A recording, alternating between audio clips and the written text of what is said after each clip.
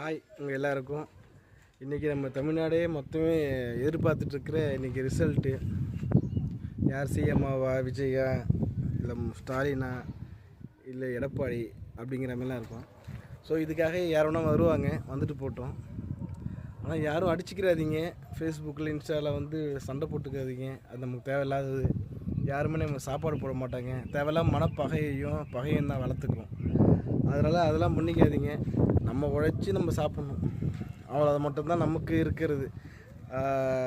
நம்ம உழைச்சி நம்ம சாப்பிடணும். நம்ம உழைச்சா தான் நம்ம குடும்பத்தை, தாய் தகப்பனை, பொண்டாட்டி பிள்ளைகளை பார்த்துக்க முடியும். இது மட்டும்தான் நம்மள்ட்ட இருக்கிறது.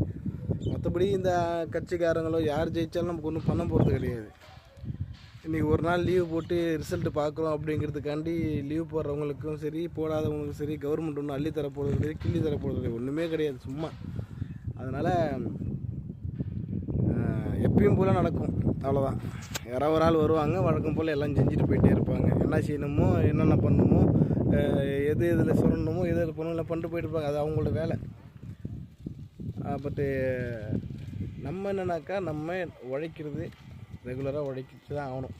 நம்மளை மாதிரி சாதாரண மக்கள் உழைப்பாளி டெய்லி வேலைக்கு போகணும். வேலைக்கு போனால் தான் பணம். அது வந்தால் தான் வீட்டில் சாப்பாடு, அரிசி, கஞ்சி, கூழ் எது குடிக்கிறதா இருந்தாலும் சரி, நம்ம போனால் தான் உண்டு. அதுக்கு லீவு போட்டுறாதீங்க, வேலைக்கு போங்க, சம்பாதிங்க. ஃபேஸ்புக்கில் எதுவும் சண்டை போட்டுக்காதீங்க. தெருக்காரங்களோ ஊருக்காரங்களோ அவங்கள்ட்டையும் சண்டை போட்டுக்கிறாதீங்க, பகிச்சிக்காதீங்க. ஏன்னா நம்ம கீழே விழுந்தால் சிரிக்கிற ஆள் முதல்ல அவங்களா தான் இருப்பாங்க. ஒரு ஆஸ்பத்திரி செலவு கூட யாரும் கொடுக்க மாட்டாங்க. ஸோ நம்ம தான் நம்மளை பார்த்துக்கணும். அப்போது நம்மள்ட்ட கையில் காசு இருக்கணும். அப்போ நம்ம டெய்லி வேலைக்கு போகணும்.